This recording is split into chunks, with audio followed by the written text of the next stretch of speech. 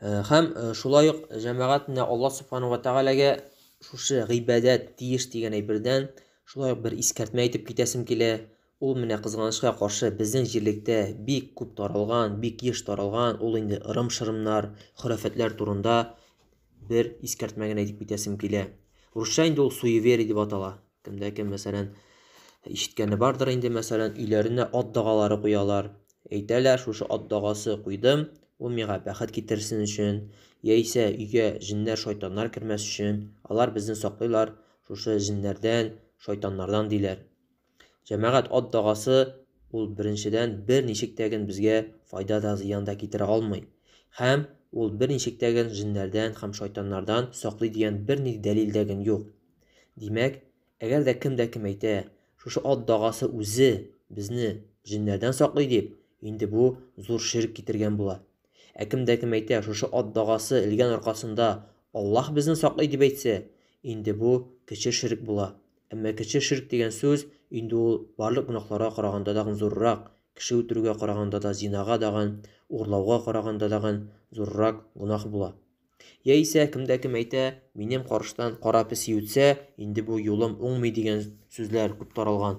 Инде бу кеше куркып яши, өеннән чыга даган, берәр нинди зур эшкә барасы бар икән, ниндидер анда мөһим очрашу бар икән аның.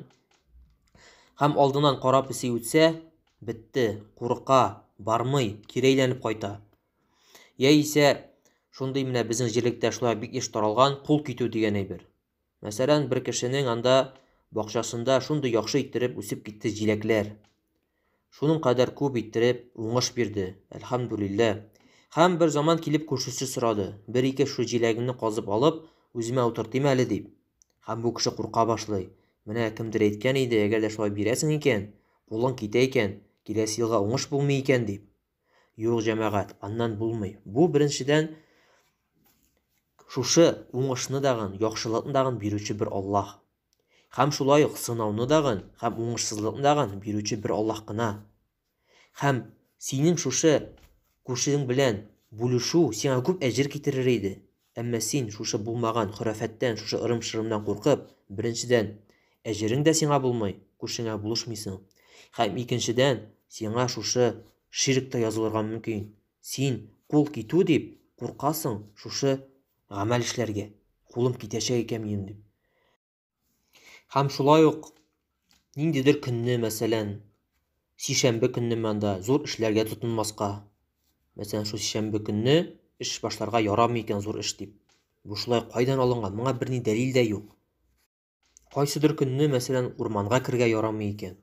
Ниндидер көнне, ниндидер айны, мәсәлән, бездә мәсәлән таралган шундый бер елда 2 туй эшләргә ярамый икән дип. Яисә Рамазан белән ниндидер ай арасында никахлар кылырга ярамый икән дип. Юк, җәмәгать, мондый бер нинди әйбергә ышанырга ярамый. Яисә гарәпләрдә шундый ай булган, Сафар айында алар курыкканнар ниндидер эшләр эшләргә. Ягъни шушы айда без бер нәрсә эшләмибез дип әйтә торган булганнар. Һәм алар бик күп, җәмәгать. Анда тоз түгелсә, бәхетсезгә китерә, пычак төшсә, бу була, буш көянтәләр белән кеше очраша, бәхетсезлеккә. Һәм шулай ук таралган мөселманнарда шундый әйбер Аятул Курсийне элеп кую ишек өстенә. Бу җәмәгать шулай ук шушы ырым-шырым хөрәфәтләргә кергән мөмкин. Шунлыкта әгәр дә сорап карасак шу кешеләрдән, нигә сез шушы Аятул Курсийне элдегез дип, бик күп кеше җәмәгать җавап бирә. Шушы җиннәрдән саклар өчен, шайтаннардан саклар өчен, яисә шушы Аятул Курсий безне саклый дип әйтәләр. Бу җәмәгать шулай ук Алла Субханаһу ва Тәгаләгә тиңдәш китерү була. Аятул Курсий, әгәр дә син аны укып йөрсәң, әйе, ул саклый. Укып күрсәң. Һәм әйтәләр, галимнәр хәтта шушы Аятул Курсийләрне элә башлаганнар, җәмәгать алдан кешеләр шушы искә төшерер өчен. Аны күрәләр дәгән Аятул Курсийне укый башлыйлар, мәсәлән. Әмма хәзерге вакытта кешеләр әйтәләр, шушы Аятул Курсий безне саклый дип. Шушы элеп куелган шу такта кисәге, анда нәрсәдер язылган гарәпчә, алар хәтта аны укый да белмиләр. Әмма нидер дуга язылган, шул безне саклый дип әйтәләр. Бу ширккә керә, җәмәгать. Әгәр дә әйтсә, шушы Аятул Курсий элеп куйган аркасында Аллаһ безне саклый дип, бу кече ширккә керә. Әмма кече ширк, әйткәнебезчә, кеше үтерүгә караганда да зуррак гөнаһ, аракы эчүгә караганда зуррак гөнаһ. Һәм бу җәмәгать бик мөһим булып тора, безнең туганнарга, якыннарга шуны җиткерү. Бигрәк тәген бик куркыныч, менә кечкенә балалар туалар, аларга миләш агачлары тагалар, яисә маңгайларына ниндидер анда нокта куялар. Менә бу күз тиюдән саклый аларны дип. Юк, җәмәгать, күз тиюдән ул берничә дә саклый алмый. Күз тиюдән саклый фақат бер Аллаһ, үзенең балаңны өшкереп, аның дугалары укып аңа, Аллаһ Субхану Тааладан сорап, һәм шулай ук сынауларында бирүче бер Аллаһ кына. Шуңа күрә без һәр вакытта да йөрәкләребезне бер Аллаһ белән бәйләргә тиешбез һәм бер Аллаһка гына таянырга, бер Аллаһка гына өмет итәргә тиешбез.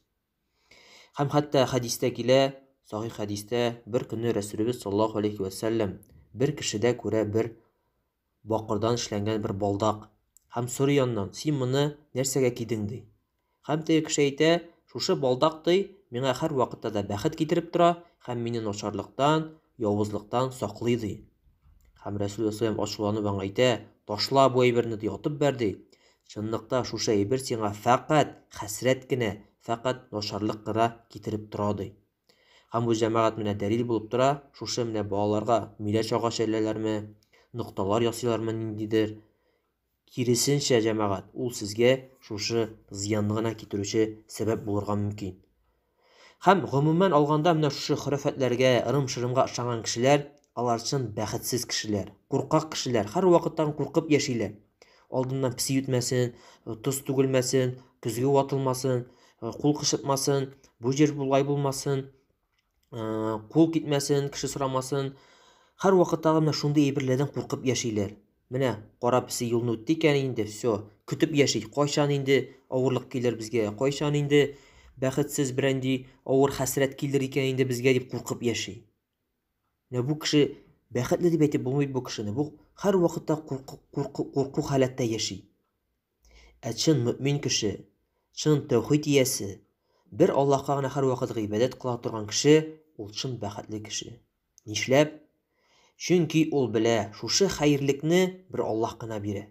Ул бернинди эш башлый икән, кулларын күтәреп бер Аллаһтан сорый: "Я Раббым, я Аллаһ, миңа шушы эшемдә хәерлек бир, бәрәкәт бир. Мин шушы зур эшемне башлыйм" дип. Хәт сишәмбе көнне башласа дагын. Нинди генә кара песләр үтсә дәген, ул белә, хәерлекне бирүче бер Аллаһ кына һәм Аллаһтан гына сорый.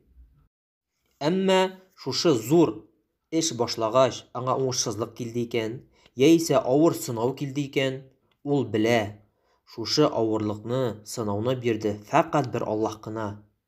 Һәм Аллаһ Субхану Тааля күбрәк белүче миннән.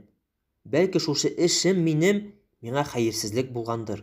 Миңа киресенчә күбрәк зыян китергән булгандыр. Булачактыр киләчәктә, мин белмим. Аллаһ белүче. Чөнки мин, мәсәлән, истихара намазын укыдым һәм Аллаһтан сорадым, хәерлек булса аны миңа җиңеләйт, хәерсез булса аны миннән ерагайт дип.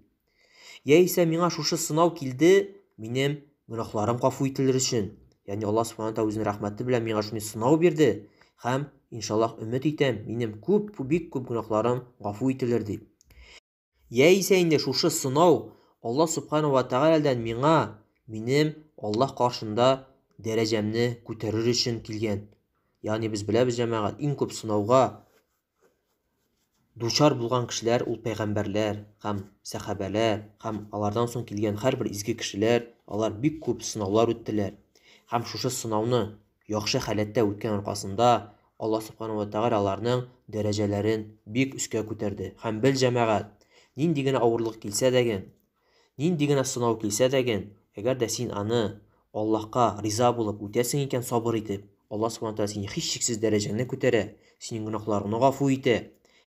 Һәм син шат бул җәмәгать, иң бәхетле кешеләрдән буласың. Авырлык килсә, сабыр итәсең. Рәхәт, бәхет, нигъмәт килсә, Аллаһ Субхану Тааля шөкер итәсең. Шуңа күрә Аллаһ Субхану ва Тааля безне шушы юлда ныгытсын, бер Аллаһка гына тәвәккәл кылып, бер Аллаһтан гына куркып, бер Аллаһка гына өмет итеп яшәргә насыйп әйләсен. Һәм Аллаһ Субхану ва Тааля безне үзенең вәгъдә иткән мәңгелек җәннәтләренә хисапсыз керергә насыйп әйләсен.